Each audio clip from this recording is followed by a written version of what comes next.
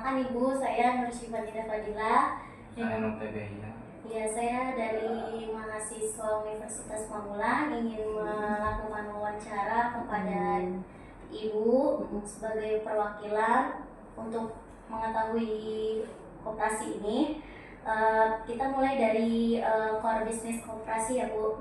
Yang pertanyaan pertama itu, apa sih nama koperasi dan kapan didirikan dan apa tujuan utamanya pada koperasi ini? Ya, kita namanya perkenalkan ya, saya dengan Winda, saya staf administrasi di sini. Untuk pertanyaan yang pertama yaitu apa nama koperasi kita, Koperasi Jasa Mandiri Sukses Bersama. Kapan didirikannya, yaitu tanggal 20 Mei 2021. Apa tujuannya, yaitu untuk meningkatkan kesejahteraan anggota pada khususnya dan masyarakat pada umumnya, gitu ya. Terus, lalu untuk pertanyaan selanjutnya. Untuk pertanyaan kedua, apa sih jenis koperasi dan kegiatan usaha utama yang dijalankan? Kita utamanya itu simpan pinjam. Jadi simpan pinjam berupa dengan sertifikat rumah dan bangunan, bukan hanya seperti kayak tanahnya aja. Jadi kita harus ada bangunannya gitu. Lalu dengan sertifikat, mau sertifikat hak milik ataupun sertifikat hak guna bangunan, itu kita bisa gitu. Selain itu kita masih belum memulai gitu ya, baru itu aja. Terus selanjutnya untuk pertanyaan yang ketiga, produk atau layanan apa yang diberikan kepada anggota? Kita anggota atau nasabah ya sebutannya ya, itu kita sertifikat yang tadi saya sudah informasikan berupa jasa, simpanan atau pinjaman. Kita di sini kita ada simpanan pokok dan simpanan wajib apabila sudah menjadi anggota. Gitu. Iya, siap. Untuk pertanyaan selanjutnya yang keempat ya Bu, siapa sih anggota koperasi dan manfaat apa yang mereka peroleh di koperasi ini? Siapa saja anggota koperasi, siapa saja boleh yang menjadi anggota koperasi, yang sudah mengagunkan atau menyerahkan atau meminjam di kita, itu yang menjadi anggota di koperasi ini. Prosedur bisnisnya bagaimana sih prosedur menjadi anggota dan memperoleh layanan koperasi? Prosedurnya yaitu nasabah datang, atau misalkan kita kan ada staff akun officer untuk mencari nasabah atau anggota sebutannya. Lalu mereka mengagunkan di kita berupa sertifikat, lalu kita nanti disurvei, lalu kita ada B-checking, gitu kan. B-checking walaupun kita nanti bisa di hold di sini gitu, walaupun juga sudah pol 5 kita bisa lihat gitu, dengan kapasitas yang ada, penghasilan yang cukup apabila dia berusaha. Tapi apabila dia bekerja harus mempunyai slip gaji yang sudah sesuai berapa kemampuan untuk dia memulangkan atau membayar angsuran kita, seperti itu ya. Yes ya Bu. Untuk selanjutnya yang keenam, bagaimana pengelolaan keuangan serta proses usaha koperasi seperti misalnya simpan pinjam atau penjualan barang? Iya, kita simpan pinjam, pengelolaan keuangannya pasti kita ada ya gitu kan. Kita juga lapor kepada pajak, terus juga kita diawasi oleh dinas koperasi gitu. Jadi kita tidak dibiarkan begitu saja, dan kita juga saling diundang untuk seminar-seminar yang telah dilaksanakan oleh dinas koperasi. Gitu. Iya, siap Bu. Untuk pertanyaan yang ketujuh ya Bu, apakah koperasi sudah menggunakan sistem digital dalam operasional? Sudah, kita sudah memakai sistem, kita sebutannya sistemnya Sistem Dots oleh PT Dimensi. Jadi kita sudah melalui proses digital. Gitu. Sekarang kita masuk ke struktur organisasinya Bu. Bagaimana struktur organisasi koperasi dan tugas masing-masing? Kalau struktur organisasi yaitu kita diberikan oleh Pak Suyanto sebagai ketua koperasi, lalu ada Ibu Maria selaku sekretaris koperasi, dan ada Pak Jo itu selaku bendahara. Masing-masing sudah ada penugasannya. Masing-masing ada penugasan. Iya, ada pengurusannya, ya ketua apa, ya kita untuk final berapa yang di ACC untuk peminjaman di kita gitu. Sekretaris pasti ada laporan apabila ke dinas terkait atau kita mencari funding lagi gitu kan. Bendahara yang untuk keluar masuk ke sekolah keuangan kita seperti itu. Oke. Lantas selanjutnya pertanyaan yang ke-9 nih Bu, bagaimana sih proses pengambilan keputusan dan keterlibatan anggota dalam koperasi? Prosesnya kita ada rapat RAT setiap tahun. Satu tahun sekali kita pasti mengadakan rapat anggota tahunan. Itu kita akan mengundang, pasti ada pengurus, pengawas, anggota kita, lalu anggota seperti nasabah-nasabah, gitu. Itu ya, itu keputusan. Oke, selanjutnya kepada Non TB ya Bu. Lanjut untuk pertanyaan selanjutnya itu Bu, ada visi dan misinya. Pertanyaan yang ke-10 itu apa sih visi dan misi koperasi ini Bu? Visi dan misi koperasi, visinya yaitu membangun kesejahteraan bersama serta bermanfaat untuk masyarakat. Jadi kita biar bermanfaat nih koperasi, kan sudah banyak ya kita untuk daya saingnya juga kan banyak juga gitu. Walaupun kita baru aja di simpan pinjam, mungkin ada seperti koperasi yang lain kan biasanya UMKM yang pedagang-pedagang gitu kan, yang mungkin lebih kecil dia untuk angkanya pinjaman kepada koperasinya ya. Tapi kalau di kita memang masih yang besar gitu, belum main ke yang besar, ke yang kecil gitu. Tapi memang lagi ada, kita kan dari dinas koperasi ini ada program yaitu Koperasi Merah Putih kalau nggak salah ya, mungkin kalian sudah dengar ya gitu kan, sudah banyak kalau untuk terkait koperasi. Cuman kita memang baru ada wacana aja, mungkin itu sih nanti pengurus ya yang tahu, kita masih belum tahu secara besar, tapi sudah tahu ada beritanya akan mengadakan seperti itu yang sudah dilaksanakan oleh pemerintah ya gitu.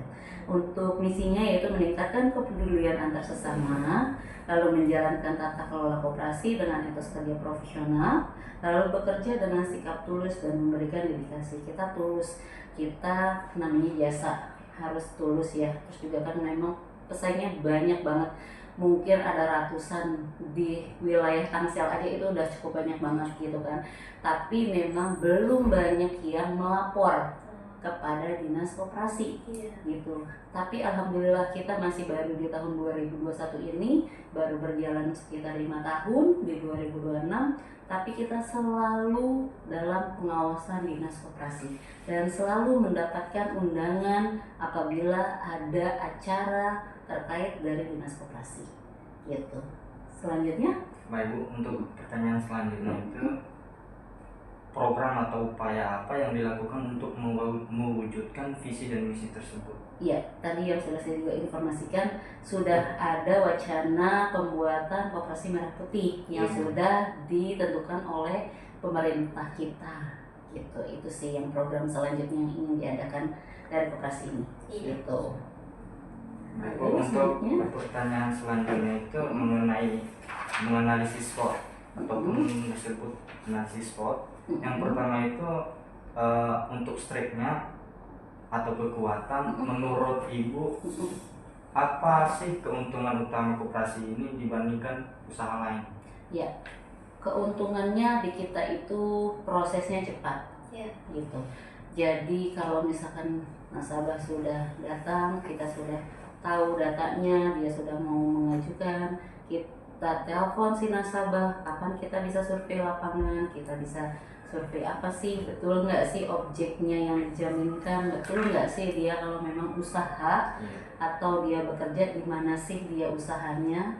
Lalu selanjutnya kita sambil berjalan cek B-checkingnya, karena kan harus tetap ya kalau B-checking itu ya. Terus bisa kita cek sambil berjalan sertifikatnya dia sudah menyerahkan, lalu selanjutnya bisa kita akadkan. Kita bermain dengan waktu sih, itu lebih cepat. Kalau yang lain bisa hampir 2 minggu atau misalkan 1 minggu, tercepatnya mereka kita bisa 3 hari, 4 hari kita sudah bisa mencairkan nasabah. Untuk weakness-nya atau kelemahannya, apa sih yang menjadi kendala atau kelemahan yang saat ini dihadapi koperasi ini Bu? Iya, kendalanya yaitu di kita bunga. Kita di bunganya itu masih agak tinggi, mungkin di yang lain agak lebih besar. Akan tetapi masing-masing punya prosedur, punya SOP di masing-masing perusahaan atau koperasi gitu kan. Ada yang holdnya itu atau hold angsuran itu ada yang bisa 6, ada yang 1 tahun gitu. Tapi di kita itu hanya 3 bulan. Dan di kita itu yang tadi saya informasikan by checking kita di hold di sini. Ya, memang duit nasabah tapi kita yang membantu membayarkan gitu. Tapi kalau yang dia yang lain kan dia tidak bisa. Di saat dia sudah ada call 5 atau minimal dia call 4 itu tidak bisa di ACC. Tapi kalau di kita bisa, tapi asalkan di hold gitu. Dan hold angsurannya pun lebih sedikit dibanding tempat lain. Itu sih. Cuman kalau memang bunga itu kita lebih masih price lebih tinggi dibanding tempat yang lain. Itu aja sih sebenarnya. Gitu. Terus selanjutnya untuk bagian opportunities, peluang apa yang dapat dimanfaatkan koperasi ini untuk berkembang di masa depan? Kita lagi berpeluangnya sih harus gencar di media sosial ya, atau media digital gitu. Walaupun kita sudah berjalan sih untuk media sosialnya karena banyak pelamar juga yang sudah melalui job street. Terus juga kalau misalkan seperti pengajuan kita edukasi ke AO-nya atau marketingnya melalui digital gitu, itu sudah banyak seperti itu. Alhamdulillah kita sudah banyak mau melalui digital atau melalui ya perorangan seperti itu. Ada lagi? Baik, Bu. Untuk threat atau ancamannya apa saja tantangan atau ancaman yang dihadapi koperasi saat ini? Iya, ya tantangannya tadi ya sama yang seperti kendala atau kelemahan ya. Itu kita mainnya di bunga sih, gitu kan. Terus juga tantangannya ya kita masih belum bermain seperti UMKM. Yang itu kan juga banyak ya tantangannya sebenarnya, peluangnya juga. Seperti kalau di UMKM tuh kita bisa dari pedagang pasar atau lingkungan. Kalau di kita memang masih belum sih yang itu. Jadi tantangannya ya mungkin itu yang tantangannya yang harus kita hadapi. Kita memulai untuk si UMKM tersebut gitu. Walaupun kita masih mainnya yang besar-besar nih, belum yang kecil. Dan biasanya kan kayak operasi di sekolah itu yang mengambil sembako baru nanti dibayarnya dicicil gitu kan gitu. Itu pasti ada juga. Kalau di kita masih belum ke situ. Itu tantangan kita. Mungkin ya nanti itu seperti yang program baru juga seperti Merah Putih ya. Gitu. Gitu. Ada lagi? Baik Bu, untuk pertanyaan terakhirnya ataupun penutupnya, apa sih mungkin ada harapan Ibu terhadap perkembangan koperasi di masa depan, ataupun mungkin ada kesan pesan yang Ibu sampaikan untuk kami para mahasiswa ini mengenai tentang pentingnya koperasi? Koperasi untuk mahasiswa dulu ya terutama penting. Kalau untuk koperasi itu kan bukan hanya simpan pinjam, terkadang ada yang untuk seperti menabung, terus juga yang seperti simpanan sukarela. Kan dia banyak tuh koperasi-koperasi yang lain kan, walaupun di kita itu masih belum ada seperti itu kan, belum berjalan lah gitu. Kalau yang di yang lain kan yang sepengetahuan saya tuh ada. Cobalah lebih mengenal lagi, lebih dipelajari lagi untuk kalian biar lebih tambah lagi wawasannya. Walaupun di sini masih sedikit, walaupun di sini masih berjalannya hanya simpan pinjam, tetapi kita juga nanti semoga juga untuk koperasi saya sendiri lebih berkembang lagi, lebih jauh lagi kan, lebih terstruktur lagi, apa yang ngikutin eranya kan pemerintah yang sedang berjalan gitu. Semoga kita bisa berjalan seperti itu gitu. Baik Ibu, terima kasih ya Bu atas wawancaranya.